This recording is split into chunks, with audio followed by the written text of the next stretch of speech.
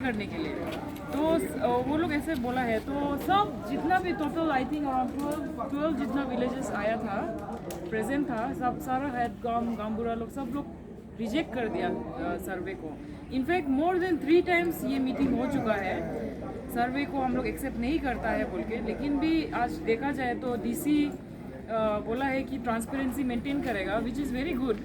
लेकिन वो ऐसा भी बोल रहा है कि ट्रांसपेरेंसी मेंटेन करेगा, लेकिन एक तरफ से वो भी बोल रहा है कि सर्वे तो होगा ही होगा, जबकि पब्लिक का ओपिनियन भी मांग रहा है और खुद भी बोल रहा है कि सर्वे करेगा ही करेगा।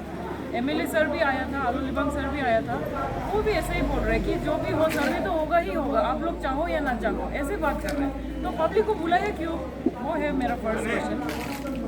अगर सर्वे आपको करना ही है तो क्यों बुलाया? एंड सेकेंड, डैम ही नहीं चाहिए तो सर्वे क्यों करना है ना? आप क्लियरली वो चीज़ को समझिए, डैम ही नहीं चाहिए तो सर्वे क्यों करना है? तो बहुत सारा चीज़ निकला। और अभी अबू क्या बोल रहा है कि हम लोग तो कब से मना करके रखा है, राइट? अभी फ्यूचर में अगर लॉ एंड ऑर्डर सिचुएशन होता है, अगर किसी को कुछ हार्म होता है तो उसका रिस्पॉन्सिबिलिटी हम लोग डीसी को ही देगा, क्योंकि डीसी ही अभी हम लोग को बोल रहा है कि आपको हम ट्रांसपेरेंसी मेंटेन करेगा। And we are being transparent and we are